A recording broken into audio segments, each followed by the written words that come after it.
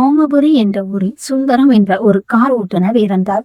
அவர் மிகவும் நேர்மையானவர், அதை விட சிறந்த புத்திசாலி. எந்த ஒரு சிக்கலான சூழலையும் தனது அறிவால் எளிதில் கையாளுவார். அவர் அந்த ஊரின் பெரிய தொழிலதிபரான ராஜசேகர் என்பவரிடம் பல ஆண்டுகளாக ஓட்டுநராக பணிபுரிந்து வந்தார். ராஜசேகர் ஒரு கடினமான மனிதர்.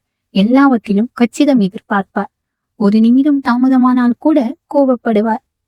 ஆனால் சுந்தரத்தின் தன்மையால் அவரிடம் மட்டும் ராஜசேகர் இப்போதும் கனிவாகவே நடந்து கொள்வார்.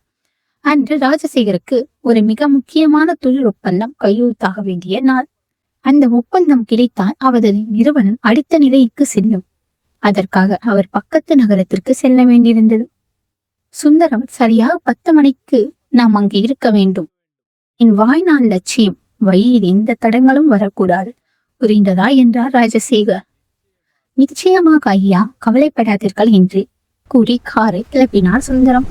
நகரத்தை கடந்து நெடுஞ்சாலையில் கார் வேகமாக சென்று கொண்டிருந்தது.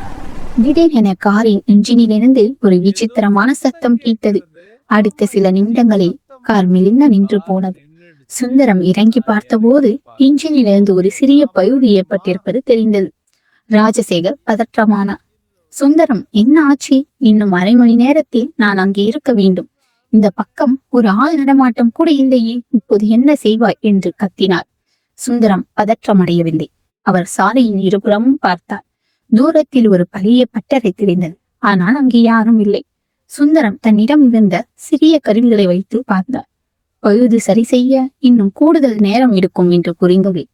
சுந்தரம் யோசித்தார். தனது முதலாளியை சரியான நேரத்தில் கொண்டு சேர்க்க வேண்டும். அதே சமயம் காரையும் பாதுகாப்பாக விட முடியாது. அப்போது அந்த வழியாக ஒரு காய்கறி ஏறி செல்லும் லாரி மெதுவாக வந்து கொண்டிருந்தது. சுந்தரம் அந்த லாரியை நிறுத்தினார். லாரி ஓட்டுநரிடம் பேசி அவசரமாக ஒரு ஏற்பாடு செய்தார். அவர் ராஜசேகரிடம் வந்து, ஐயா, இந்த காரை சரி செய்ய இன்னும் நேரம் எடுக்கும். ஆனால் நீங்கள் அங்கு சொன்ன நேரத்திற்கு செல்ல வேண்டும். இந்த லாரியை ஏறிக்கொள்ளுங்கள். இதன் ஓட்டுநர் உங்களை 5 நிமிடத்தில் நகரின் எல்லை வரை கொண்டு விடுவார். நீங்கள் அங்கிருந்து ஒரு ஆட்டோவில் உங்கள் அலுவலகத்திற்கு சென்று விடலாம். நான் காரை சரி செய்து விட்டு வருகிறேன் என்றார்.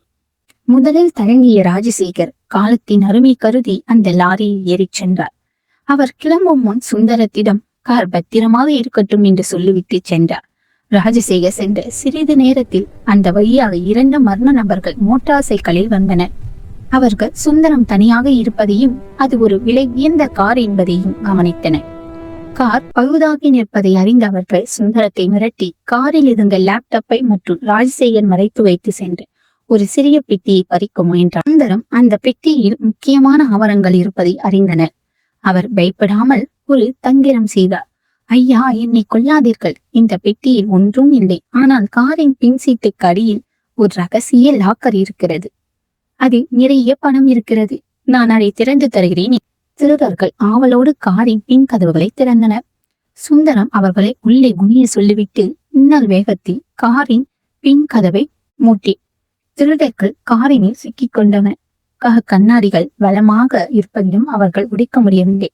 சிறிது நேரத்தில் அந்த வழியாக ரைடு வந்த போலீஸ் வாகனத்தை நிறுத்தி திருடர்களை ஒப்படைத்தார் சுந்தரம். நடந்த அனைத்தையும் ராஜசேகரிடம் விளக்கினார். திருடர்களை இருந்து அந்த பெட்டியை பாதுகாத்ததை கண்டு ராஜசேகர் நெகிழ்ந்து போனார். அந்த பெட்டியில் தான் ஒப்பந்தத்திற்கான முக்கிய முத்திரைகள் இருந்தன. சுந்தரம், நீ வெறும் ஓட்டுநர் மட்டுமல்ல, ஒரு சிறந்த பாதுகாவலர் மற்றும் புத்திசாலன். உனது சம யோசனை புத்தியால் இன்று நான் தொழிலிலும் காப்பாற்றப்பட்டது, என் கௌரவமும் காப்பாற்றப்பட்டது என பாராட்டி அவருக்கு பெரிய தொகையை பரிசாக வழங்கினார்.